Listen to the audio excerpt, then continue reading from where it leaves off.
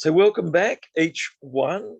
We're continuing to look at emotion and its importance in the classroom for the teacher and in the staff room and the rest of the school, and when talking to parents, and emotions amongst the students and how it's important to understand emotions. Before we go further, let's think more about strategies for engaging with the emotions. Can we ask Ruben and Stephanie, can you tell us a bit about what are some strategies that we can use so as to engage with emotions in a healthy way? Ruben and Stephanie. I think understanding that we have emotions and it's natural to have emotions is especially important. Because by trying to go, if we think hiding emotions, say, going back to the whole masking issue, that's it's building up inside you and it's all got to come out at some stage. So yeah, I can't imagine it's being healthy just trying to not show emotion constantly, and it's not being genuine with your students. And you raise an excellent point there, Ruben, is that when is it healthy to express the emotions? And there's a time and a place. And so I think it's important to remember the time and place. Often it's good to do it one-on-one. So if you open up about your emotions to the whole class, it's important to recognize that that is different to where you do one-on-one or where the student opens up to the whole class. And there is a time where it's going to be fine for someone to come out and pour out their heart and say, I'm battling with anorexia nervosa, and pour out their wrestles in life. So there is a time one to group for a student or a teacher to pull that out. But again, you've got to pick your time and place, and you really want it thought through rather than just off the top of your head. And the same when you're dealing with anger, you really want to think it through, and often it can be better to leave it a day or two before you respond. So I think one good rule is don't rush in to highly emotive statements. If you want to be emotive, then work it through, think it through, and then bring the emotions into the picture rather than rushing in with those. Can I actually ask a question on that one? Yeah. Sorry.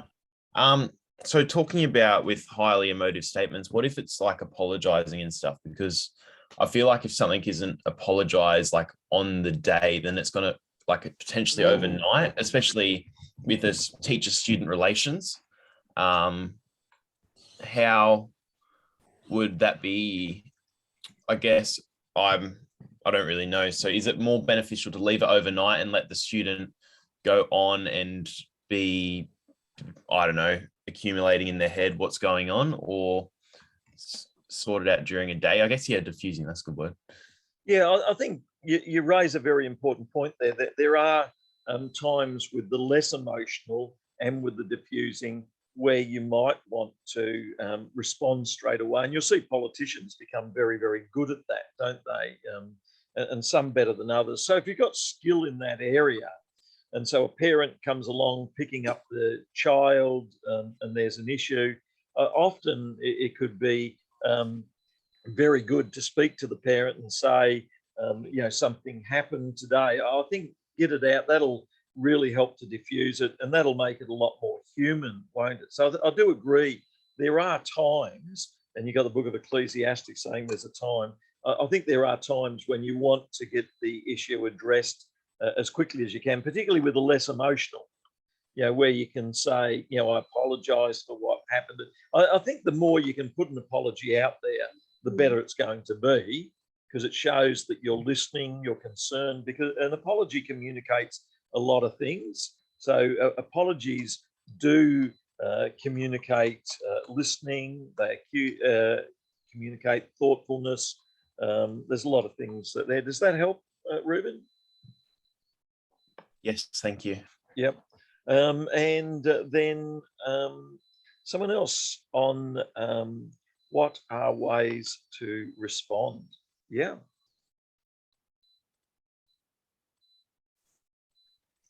Yeah, so I think something that I've learned to do over the last few years is to be a lot more reflective in my thinking. So like after something has happened, reflecting on that, and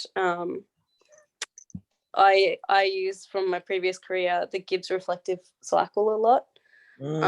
To kind of analyze what's happened and why I've reacted in that way so that I can, be on the front foot in the next time.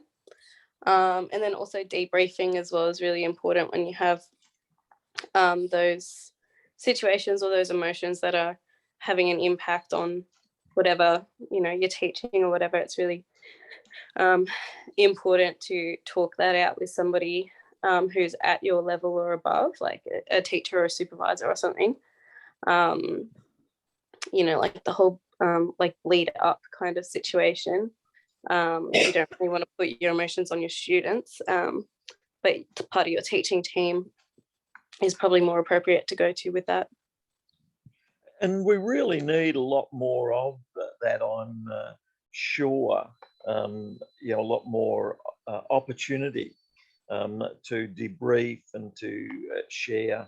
And so I think it's very valuable to put together a team where things can be shared. You don't want a negative spiral, so avoid a negative downward spiral where you're putting down the school or putting down the school board or whatever. You don't want a negative downward spiral, but you do want a genuine place to learn about yourself and ways in which you can grow and mature and change.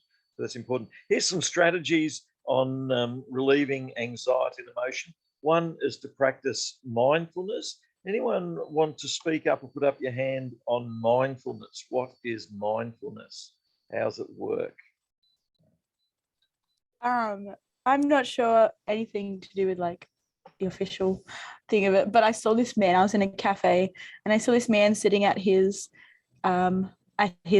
table, and he had a piece of cake in front of him and a coffee, and he was sitting there, and he was just staring out the window, and he's sitting there eating his cake so slowly and so, like, I don't know, meaningful experience that he was putting himself through. And then when my sister went up and chatted to him, he was telling her that he was practicing mindfulness.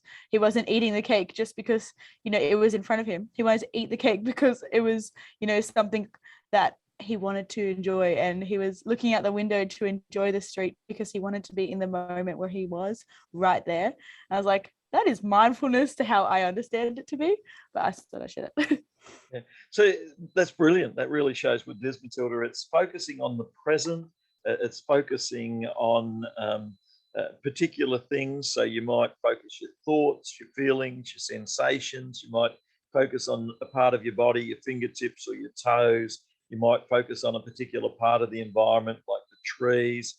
And when you focus part of your mind, you switch off other parts of the mind. And that's very, very helpful. And so if you're ever at the dentist and they're about to do dreadful things, if you focus on your toes or focus on the corner of the room or something like that, the more you focus, the more it switches off. Panic, things are going on in my mouth. Dentist may lose control. And so mindfulness is that sense of switching on to accept and not worry about the past, not worry about the future. And so there are Buddhist approaches to mindfulness, there's Christian approaches to mindfulness. There are a number of different ways in which mindfulness can be helpful. And certainly you do need ways of bringing peace and calm into your classroom. And you're the leader of the classroom. And so the more you can do that, then the example that provides will be helpful. Sitting down, walking, standing, you can switch on to things that are restful and peaceful. and you can bring that to the classroom. So mindfulness is one strategy. Another one is other people, companions, those that you can debrief with. A few people have mentioned that. Another practice is music. Another is caring for yourself. So realize just as other people need to be cared for, you need to care for yourself. Preparing and planning ahead. So even when things do surprise you, you can respond to those because you prepare and plan ahead. You have things up your sleeve. And then as well, changing your mindset can be very helpful as well.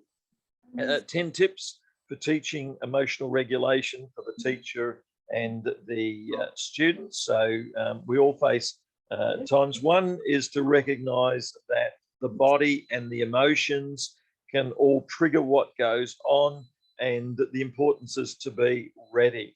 And that you can get some cards that you can color in and hand out to the students and get them to think about different emotions, to drama act different emotions, to place themselves in different positions. What's it like to be bullied, to be the bullier, to be the bullyee? All of these things can help them experience different emotions. And you can ask, how do you feel when you're in this position or that position?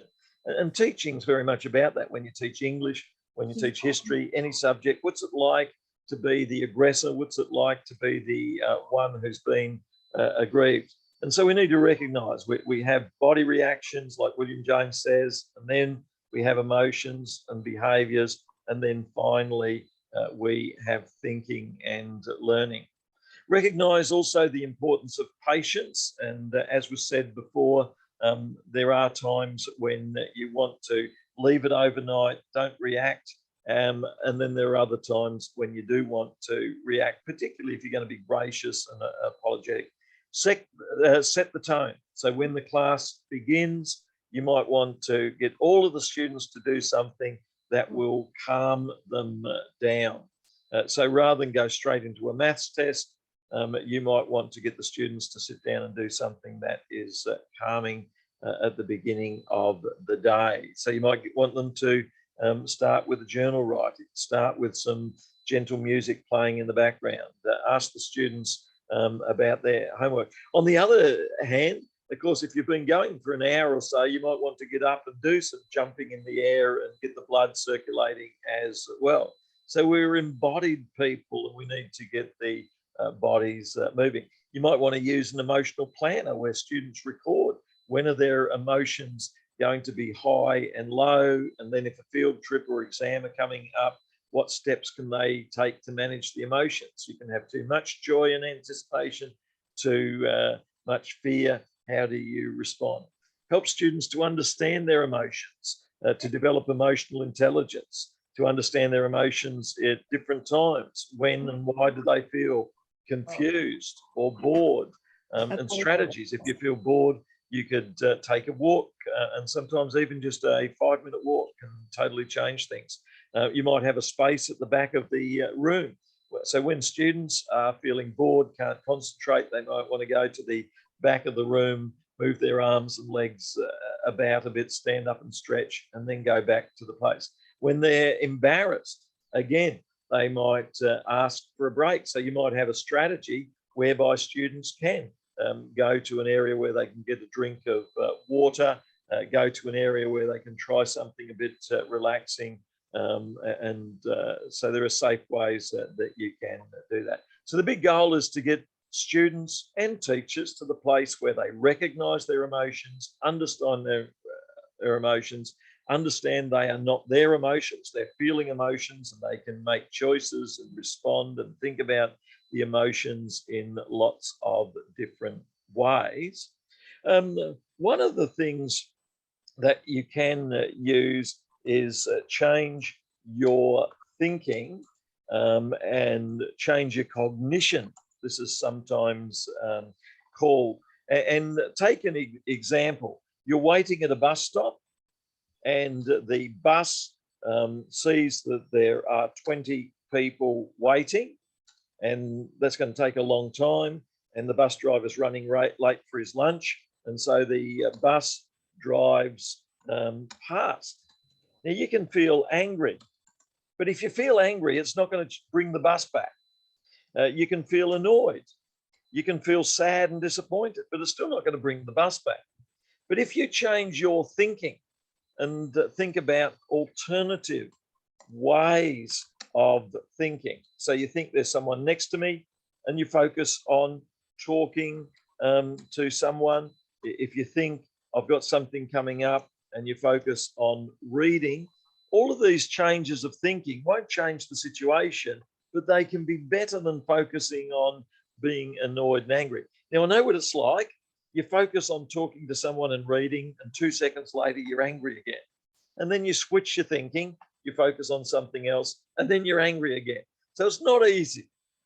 We do go through times when we can't change our thinking so easily at times, but it's worth trying. Psychologists sometimes call this CBT, or cognitive behavior therapy. Any hands up or speak up, someone who's heard of cognitive behavior therapy and how it works?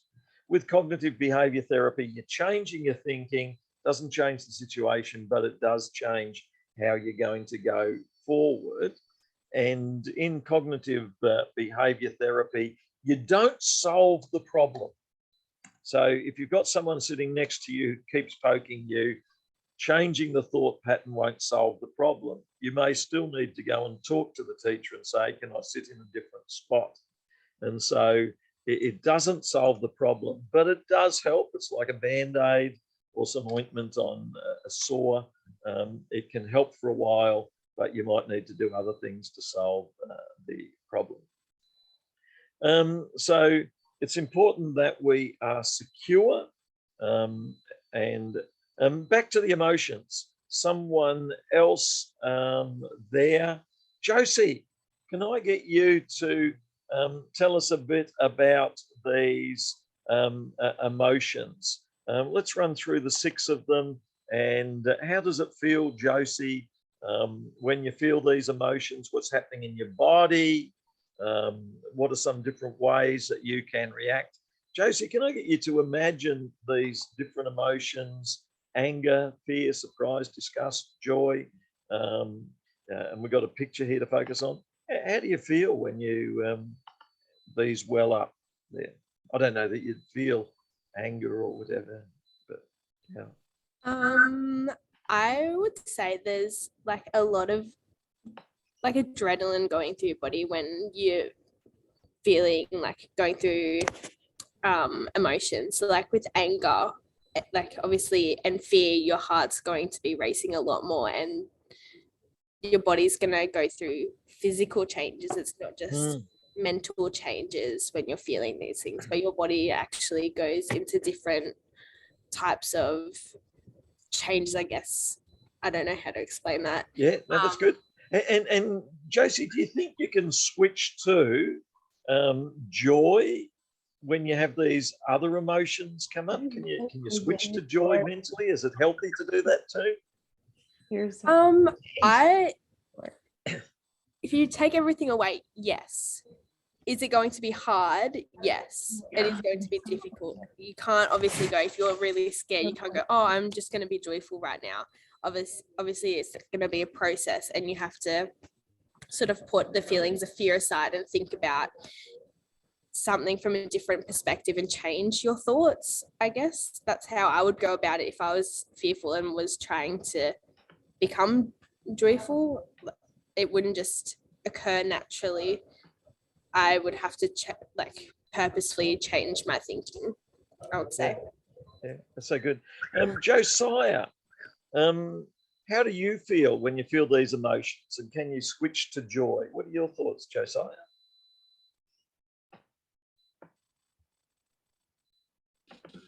Hang on, he's on my camera. Yep. Sorry, Gabby was turned down to reduce camera dysfunctions with Josie. What was the question? So we've got these 6 emotions. So you feel angry as a teacher, or a student feels angry, or you're out in the car park, or you feel fear or surprise or disgust. What's happening there? And then can you switch to joy? Is it a good idea to switch to joy? If you can, and can you? Yeah. Well, it depends on the context, really. Like, you don't just want to neglect your emotions and fail to feel them at all, because that just results in bottling them up and then burnout in like 3 months' time. But like, if you're about to enter a classroom, I'd advise you to try and switch to joy a little bit. So it's very contextual, I think.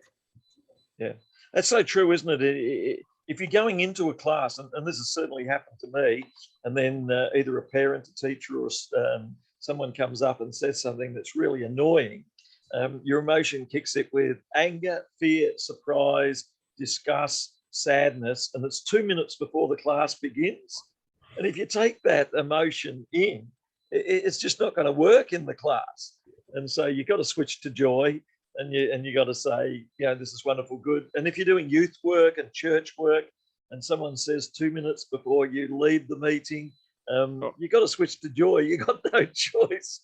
But at the same time, you got these things. And as you said very well, you've got other things that could be happening that are going to need to be dealt with. So you can't get away from the other things. So immediately afterwards, deal with it in various ways. So I agree with you there. So we've got to recognise, thanks for that. That's been really helpful. Cultural differences. So in some cultures, they're more emotional than others. Some are less emotional than others. So it's important to recognise that there can be cultural differences, and your students can come from different cultures. And we're going to talk a bit about emotions in your next assignment, assignment 3. It's important to realise that different cultures are going to have different ways. And so we in the modern world, so with modernity, we have removed emotions in some ways, but there are other cultures that your native cultures, your native Australian American cultures, Indigenous cultures may still have a lot of emotion in there, and they may be less focused on logic. And so that can help you understand the different approaches at things. So cultural differences. The other interesting thing was that when Phineas Cage got hit with a piece of steel, it wiped out his emotions, and his reasoning became less effective because he couldn't bring emotion into decision making, and he still lived fine, but he was a different person emotionally. And so he couldn't choose breakfast cereal because he didn't know whether he liked one or not, couldn't choose soap powder. He found it hard to make decisions. And that reminds us that emotions can be very, very important in decision making. And so we use emotions all the time. That's one of the reasons you teach, is because of the joy that you get from emotions. Here's a wonderful picture of the 9 emotions of a cat and their facial features in these different emotions. So we've got an irritated cat, an excited cat, a sad cat, a sleepy cat, a hungry cat, a content cat. And as you can see from that, cats just don't reveal their emotions to you. How do you feel? Should history, so can I get a couple of students to answer one of these questions? Should history be devoid of emotion, or should it have emotion in it when you teach history? Should science be devoid of emotion, or should you have emotion when you're a scientist? If you were to think about the school selecting teachers, should they show emotion? Should they choose a teacher who shows emotion? Or is it more important to know your subject, or to know and control your emotions? And then are men and women more controlled? So can I get Matilda and then Gabrielle? Can you answer one each of those questions? So Matilda, answering one question. I'll answer the bottom one because that's fun. So are men or women more rational? I actually don't think that they're rational and emotional are opposites. I think there's definitely 2 different types of being rational, and rational is obviously what we want to be. I feel like we all want to be rational with everything that we do, but I don't think that emotion has to be removed from that. And so I think there are definitely two different things that men and women bring to the table for how rational somebody can be, and not how rational, but the different nature of being rational. And I think women can bring a lot of emotion into it, but not in a bad way. A lot of emotion needs to be put into a lot of things. Like I was actually thinking about mathematics the other day.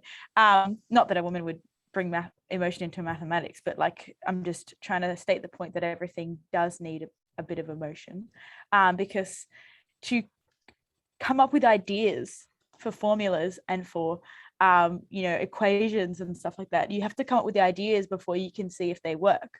And so you have to bring in that emotion and that creativity and all that. Creativity comes through emotion and feeling it, and getting into the right headspace and the mindset. And so emotion can be great. And so when you're looking at men and women are naturally just more emotional, because that's just kind of, we got a lot of hormones, all that jazz. And I'm happy to be emotional, because as long as it's seen as something that isn't the opposite of, or the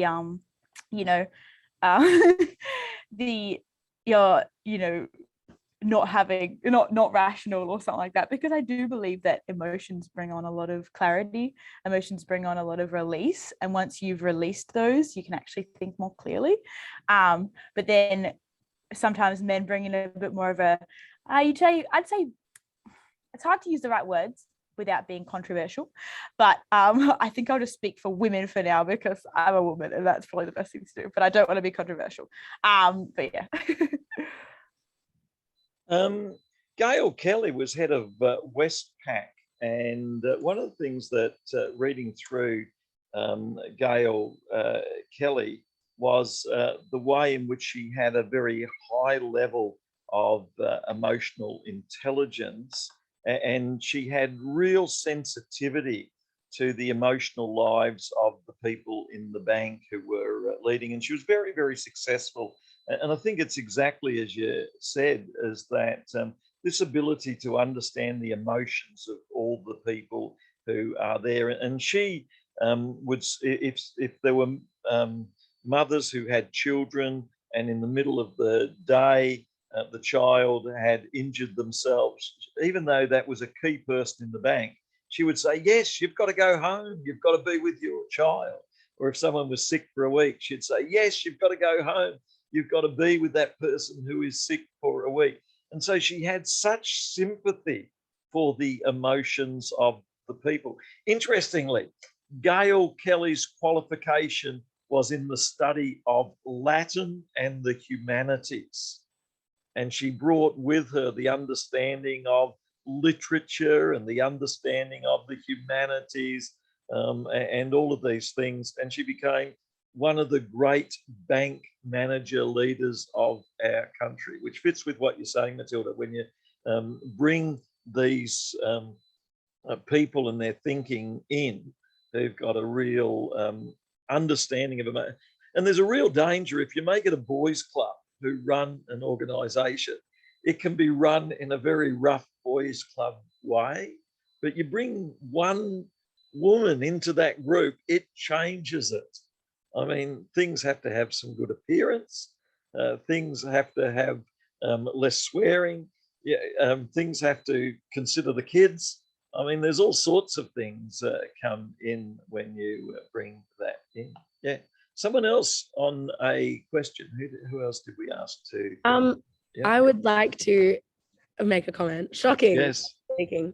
I want to talk about the should emotion be in history, but just really quickly, I want to comment on what Tilly was saying as well. I think it's important to remember, yes, like, of course, women come across as more emotional, but I have grown up with two brothers and we're all fairly close in age, and they have a lot of emotions as well. And I think due to the nature of society and the expectations that society puts on men and women, and the idea of boys don't cry, that that my dad grew up with and my granddad grew up with. I think there's an expectation on boys that they're not going to express their emotions, which I think can be a really detrimental thing. And I've seen that with my family, like when we've gone through hard times or when someone's passed away, I have processed it a lot and cried a lot and been really loud about it. But it's been easier to go like to process that, whereas my brothers approached that differently and they really struggled with it in a different way. So I think it can be damaging to say that women are more emotional than men. I just think that because of the nature of society and the expectations placed on us, we're a bit more comfortable expressing our emotions. So brilliant. Well said. And Can I maybe an also answer to the speak question. into that? Well, Yep. adding on what Oh, Gabby yes. said, I think as a lot of it, not so much emotionally, because we can't get away from the fact males have emotions as well, right? I think emotional intelligence is where we lack more so. Yeah, no, that's good. That's well said. And every one of us lacks sufficient emotional intelligence. So I think that's said, Ruben. And remember, the children coming in, whatever level of age they're in, they're not going to have high levels of emotional intelligence. And even through life, the parents that come in, the other teachers that come in, their emotional intelligence won't necessarily be that high. Gabrielle, you had another thought on another question. I did, and I know it's really shocking for me to talk this much, so like, sorry about it. I personally, when it says like writing about the Holocaust, I have always been really interested in the Holocaust and the psychology behind it, and it's always made me very emotional. Like a few weeks ago, it might have been like a month or two ago, but in this class we were talking about Auschwitz and looking at photos of it, and it made me really emotional and it made me cry. And I think it's important that we keep emotion in history, because otherwise you don't understand the significance of it. And if we take emotion out of it, then we're just looking at it objectively, which is fine, but you need to be able to understand the tragedy, and you need to look at, especially in the Holocaust, like look at the psychology behind Adolf Hitler and him as a leader and how he brought so many people to believe this crazy ideology. And you've got to look at that and the emotions behind it in an objective sense. Like if that, I don't know if that totally makes sense, because often we pair emotion and subjectivity and then logic and objectivity. But I think in regards to history, you've got to look at the emotional side of things in an objective way. Does that make sense? Oh, absolutely. And I think every subject we teach, and I think if you're teaching art and you come to say Vincent van Gogh, then I mean, partly what makes it all come alive is the story of his life and the shot that is fired. And art is so expressive of emotion, and Vincent van Gogh communicates emotion, but his very life story is very emotional as well. And so I think while there are the expressive subjects, then I think that same beauty in art can be brought into science and maths, and Einstein's story and everyone's story in every history area can be very, very valuable as well. Can I get everyone now to write down 3 things that stood out in today's lessons? So what are 3 things that stood out today to you as we were looking at this subject? 3 things that stood out.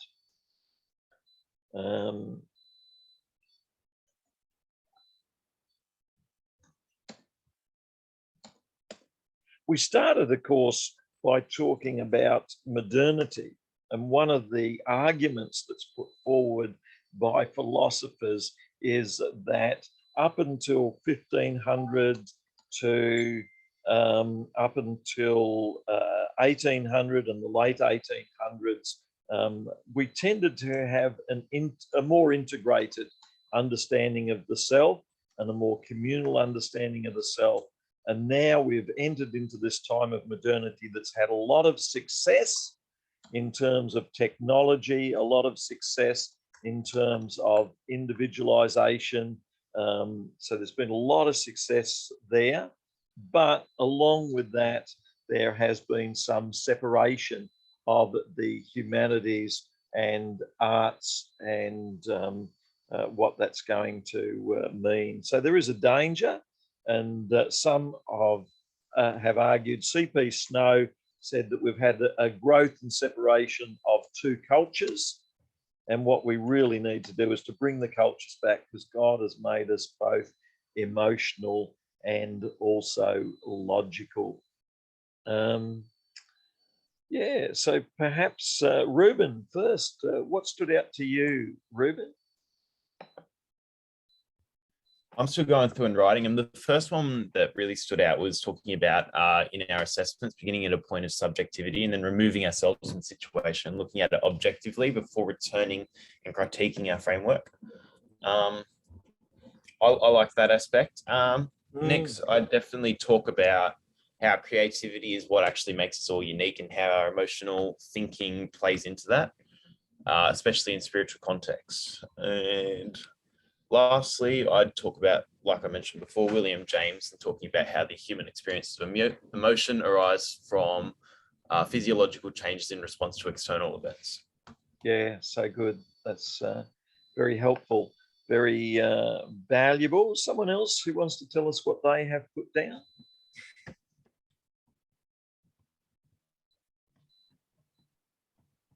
What about Victoria? What stood out to you, Victoria? So I was just writing, thinking. But the first thing I put down was just that, like, emotion, subjectivity, and logic, objectivity kind of come together and are both necessary in like teaching and learning, like across the board. And like often we like split them up, but they're not really necessarily split up. In, yeah. No, that's so good. Josiah, what stood out to you?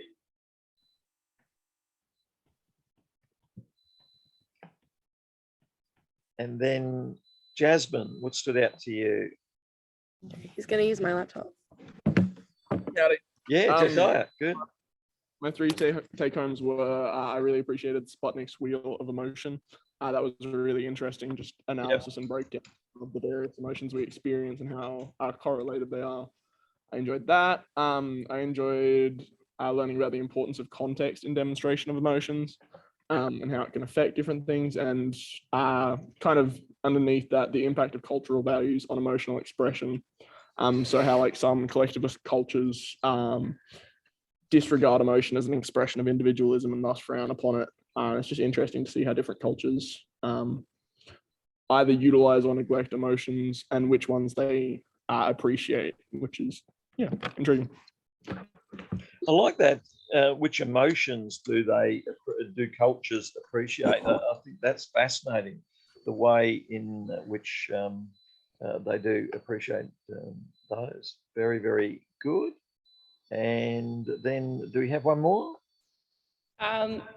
Yeah, this is so echoey in the group. Okay. So my 3 points was, I really liked the connections between emotions and then like how to utilize them in the classroom almost. I liked the idea of having to try and find the balance between being professional, but also being subjective and objective, and kind of balancing all of that. I thought that was really important to discuss. I also liked how we talked about with working with students, we have to be having those discussions and being vulnerable with them, so when they're vulnerable with us, because I think that's how you build relationships with them and can kind of maintain that. And then I also really liked our discussion on mindfulness. I always find the importance of breathing really important. Like for me, if I'm in a stressful situation, taking a breath before responding can just make the biggest difference. And I think, that just discussion on mindfulness is really important in the classroom as well for both students and teachers. Yeah. So good. So thank you each one. I've really enjoyed today. In your third assignment, there'll be opportunity to consider many ways in which Indigenous cultures and other cultures differ from ours. And certainly this is one area that we can explore. as differences in the valuing of emotions. And we can certainly see that in the different students. There'll be some students who are more open to emotions and expressing emotions, some students who may express more emotions than we're comfortable and more socialization than we're comfortable with. And so cultures too can have differences, just as students can have differences and staff can have differences. And one of the things that I think we'd say as Christians is that God has made every person and the different people, and we need to value difference. And so you might want to think on that a bit further. But I look forward to next week when we're looking at ethics. And so there's a huge topic there to explore in terms of ethics. If you have any points or questions, then certainly you can email them to me. If you had any other questions you want to ask now, you could ask them at this point. Otherwise,